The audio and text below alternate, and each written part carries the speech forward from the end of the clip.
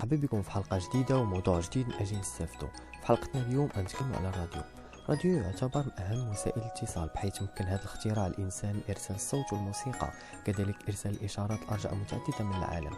فضل الراديو أصبح بإمكان المسافرين على متن السفن والطائرات الاتصال وتبادل المعلومات، وكذلك يمكن استخدام موجات الراديو للاتصال بالفضاء الخارجي. يعتبر البث الإذاعي الاستخدام أكثر شيوعا لموجات الراديو، بحيث كيشمل البرامج والموسيقى والأخبار وكذلك الحوارات. ومازال لحد الآن الإنسان كيستخدم الراديو في حياته الشخصية، بحيث تعود يستمع البرامج الإذاعية المفضلة عبر الراديو في أوقات الراحة، كذلك أثناء قيادة السيارة. وبالإضافة للبث الإذاعي فللراديو استعمالات أخرى في مجال الطيران ومجال الفضاء ومجال البحار، وكذلك رجال الشرطة يستخدموا الراديو في الاتصالات السريعة. وبالإضافة إلى ذلك فالعلماء يرسلوا موجات الراديو للاستعلام عن الطقس.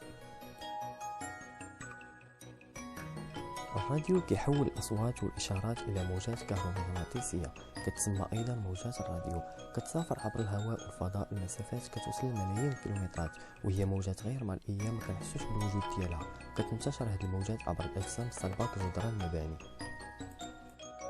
في الحقيقة الراديو جاء عن طريق أبحاث واختراعات 4 علماء، بحيث كل واحد ضاف شيء للاختراع الآخر.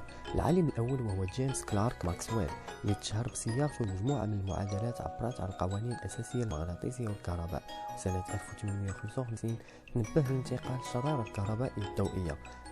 من بعده جاء العالم هايرنيخ هيرتز اللي اكتشف انتشار الموجات الكهرومغناطيسية وأثبت الوجود والتحرك ديالها، وذلك بعد 7 سنوات من وفاة ماكسويل، وسميت وحدة قياس التردد هيرتز نسبة لهذا العالم.